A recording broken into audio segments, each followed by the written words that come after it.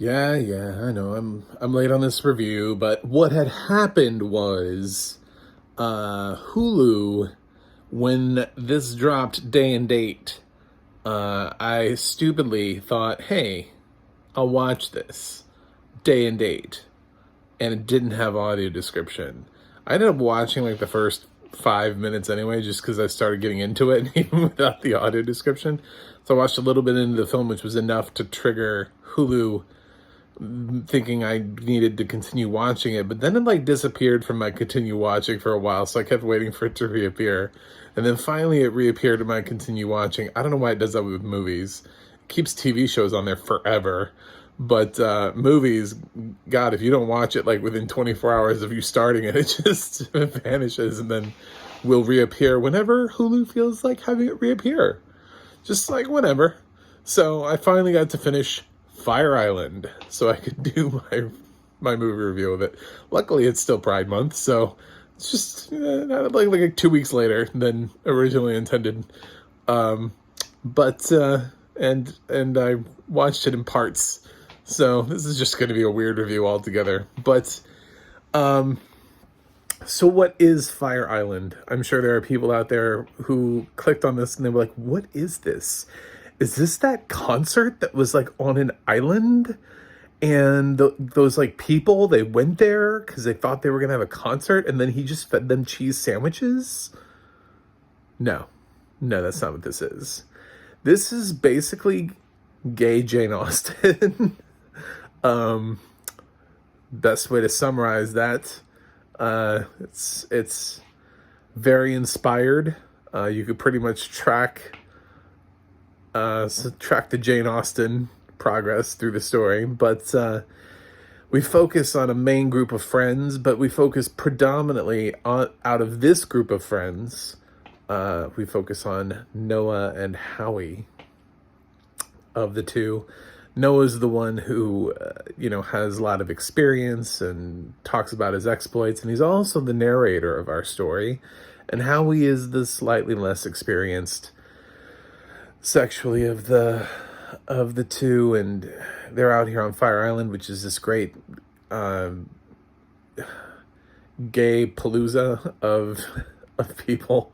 Just a lot of gays on an island celebrating and having fun and partying and dancing and going out and doing fun things. And this group of gays are at a house that is owned by their lesbian friend, who is played by Margaret Cho, who delivers just a perfect performance. I haven't seen Margaret Cho this good in a long time, but she brings so much to this role as like the token female for the film. Actually, I didn't even really register there being another female in the film. If there was, I missed it. I'm sorry, or it just was there and it just didn't make that big of an impact. So yeah, she's sort of like the den mother for this group of, for lack of a better word, bottoms. I think that's what they would all call themselves. That's what they seem to all be leaning toward in their dialogue back and forth. This is a very LGBT movie, so if that makes you uncomfortable, watch something else. If it doesn't make you uncomfortable, this movie was great. And so this group of guys they all have different hopes and dreams for what this weekend will entail. And they find out from their from Margaret Cho that unfortunately, even though she got rich from eating glass at a restaurant that was in her food, she got a huge settlement from that she has not spent that money well, and she has to sell this house, so this will be their last weekend on Fire Island, the last year they can go out for this. And she's worried, of course, that they won't be friends, and they're like, "Oh, of course we'll be friends with you still, like, what, we love you more than just your house." So they But they also meet up with this group of other guys who I guess we could call the tops, for lack of a better word.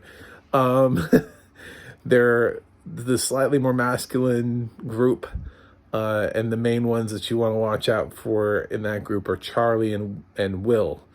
Will is kind of the stuffy best friend to Charlie, and Charlie is the one that ends up sort of. Noah tries to play matchmaker and get Howie pushed into situations that would get him connected, and Howie ends up connecting with this Charlie person who Noah's not entirely sure about because of this group of friends that Charlie's with are a whole bunch of people he doesn't like, including Will, and the weekend kind of plays out from there. There's obviously like a couple different love stories working their way through, and some characters that come in and out and complicate things, and a lot happens for really sort of a short period of time. But it's great that movies like this get made. It's sad that movies like this get shoved to Hulu, but it's great that movies like this get made. And I was pleased with the film. I thought it was great. I thought Noah's narration that adds so much to the story. I thought the acting was good. I don't think there was anything that was spectacular. There's nothing that like blew my mind, but also I don't think that they're really given anything that is mind blowing. I think this is very walking right down the road where you would expect it to go. It hits all of the beats of a typical rom-com. So I don't always, after watching a straight rom-com, do I go, oh my God, the acting in this movie is amazing. The performances are just Academy Award worthy. This romantic comedy is going to be the best film of the year.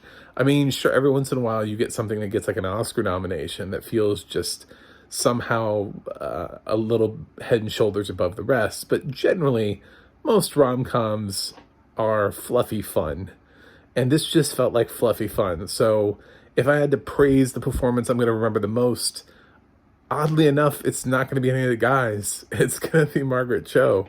Maybe she benefited from being the female of the film, but I actually think she just benefited from being Margaret Cho. Honestly, I just think she benefited from her experience, from the scene experience. I mean, Bowen Yang is in here, and I love Bowen Yang. I think he's hilarious, and I think Margaret Cho was still better than Bowen Yang. So it's not that I thought Yang was bad. It's just at the end of the day, I will remember Margaret Cho's performance from this film more than I will his.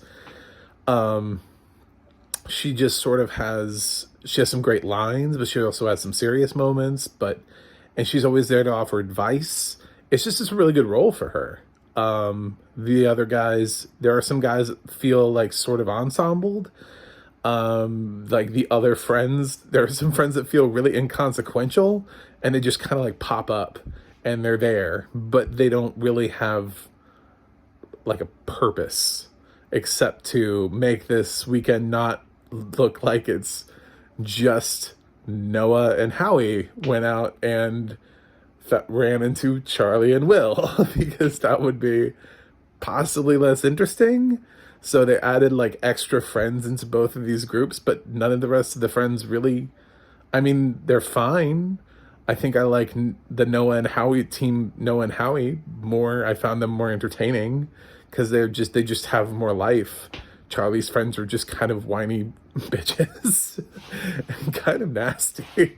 So I, didn't care for them too much, but that's personal preference, whatever. This movie's fine. I had fun with it. It's not the best picture of the year, but again, it's a rom-com, and like I'm just happy that we're making films like this. As far as the audio description goes, oddly enough, this is one of those films where I really didn't miss it a lot. I mean, I didn't think there was a lot of audio description, but at the same time, I also didn't miss it. I wasn't like, ooh, I need more audio description, because I thought most of the dead space that we would normally be hearing audio description is used for Noah's narration, which is one of the most entertaining things about the film. So why, why would I want to cut that out for more audio description? There isn't, this film doesn't really lend itself to having a lot of verbose description. So it's fine. I can't really rave about it. I've heard better description before. I wasn't crazy about the specific narrator's voice. I've heard narrators that seem better suited for the genre of film. I question that, would I, if I had to listen to narrators, if I was picking somebody to narrate Fire Island, knowing what it was, would I have picked him? I don't think I would have. I think there's probably another narrator voice out there that I would have picked over this guy. So, I don't know. It wasn't bad. It just, average. I'm so used to, I guess I get so spoiled sometimes, that I end up sort of running into average audio description and just being like, I don't really know what to do with it. I mean, it was fine. He was fine. I don't know who was my top pick, but it was okay. So it's not robo description. I've experienced worse. It's not Chippendale Rescue Rangers. I mean, there's a lot of things that have made me more upset this year. So, good job, I guess. So that's it for me on Fire Island. I'm glad I finally got to finish this so I could get a review together. I'm gonna give Fire Island an A-. Yeah. That feels about right for me. Really happy with this. And let me know what you think in the comments. Hopefully you saw Fire Island. If you didn't, I don't know. I don't know how to help you. Like and subscribe. MacTheMovieGuy.com. The Audio Project is a great place to find out what has audio description where, and the admin.org will let you know who these narrators are and what they've been up to. So that's it.